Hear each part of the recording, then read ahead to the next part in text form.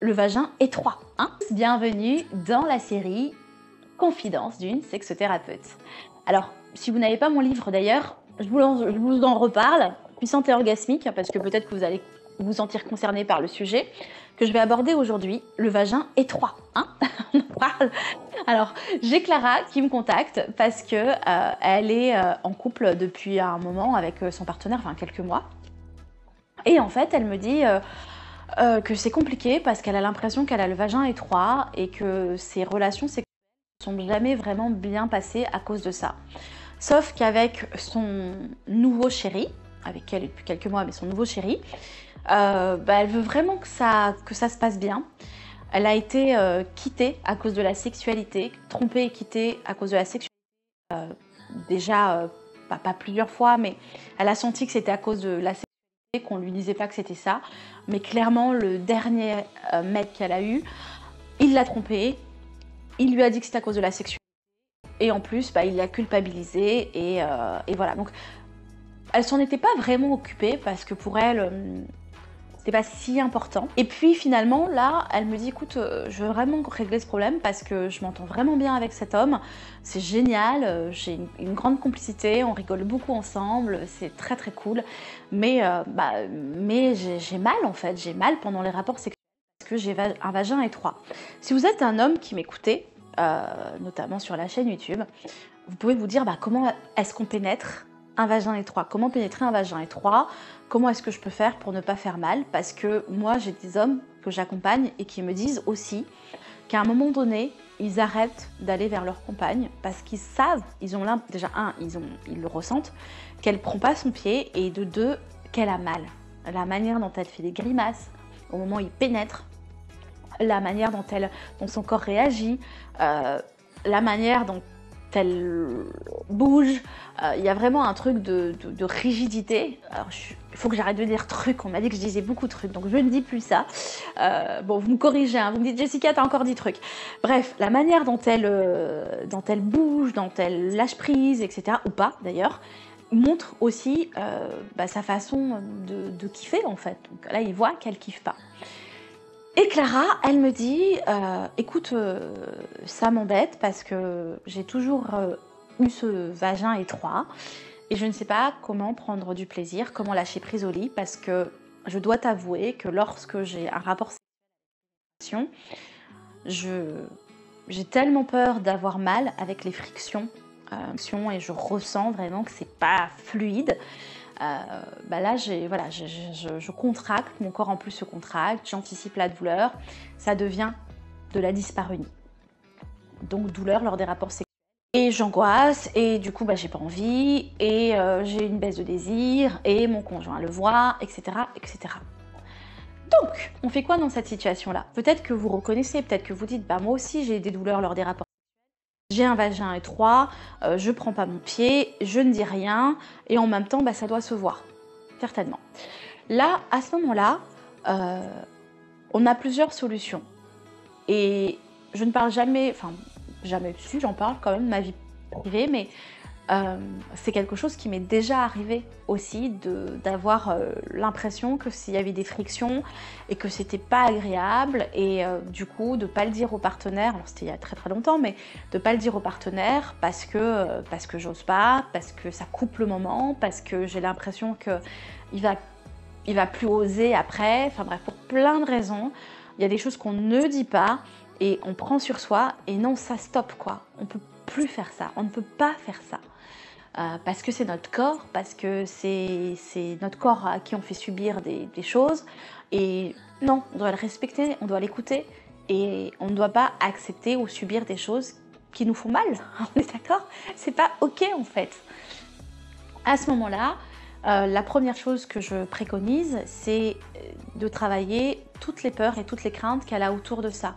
De la pénétration, voir aussi les causes. Donc là, on sait que c'est une cause qui est physiologique, morphologique, et lui expliquer que bien évidemment il y a plein d'autres choses qu'on peut faire, qu'elle ne va pas rester comme ça, et la lubrification va être très importante, l'excitation va être très importante. Je travaille son langage érotique, qui lui fait du bien, qu'est-ce qui la fait vibrer, etc.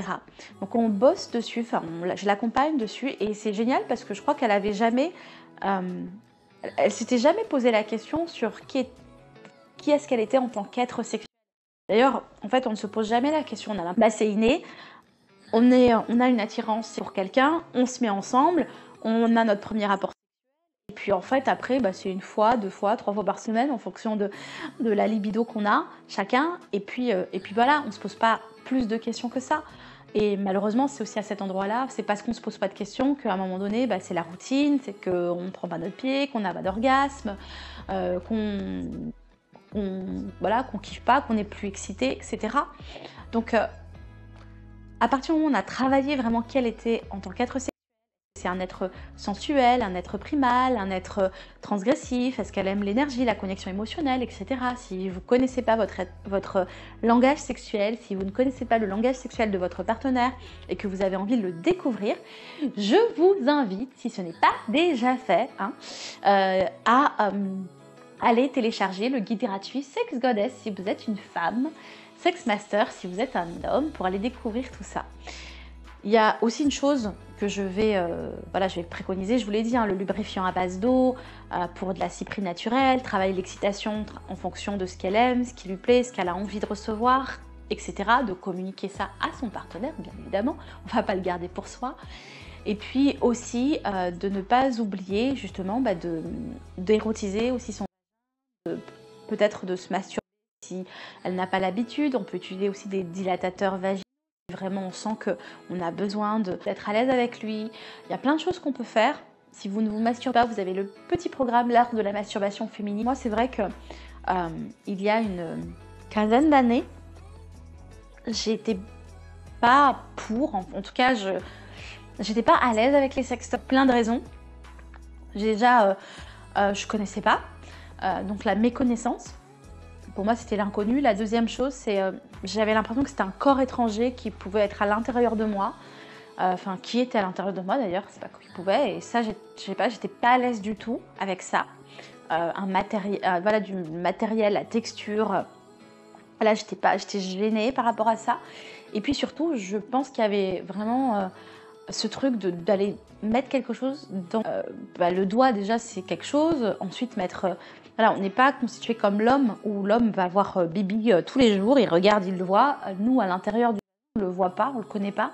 Et ça a été vraiment un processus aussi. Donc si certaines femmes regardent cette vidéo et découvrent aussi cette impression d'avoir de ce côté intrusif du sextoy, je comprends en tout cas ce que vous pouvez ressentir. Et en revanche, si vous avez envie d'aller découvrir, vous avez cette curiosité-là, on peut vraiment le dépasser, prendre vraiment notre pied et avoir le maximum de plaisir avec ça aussi.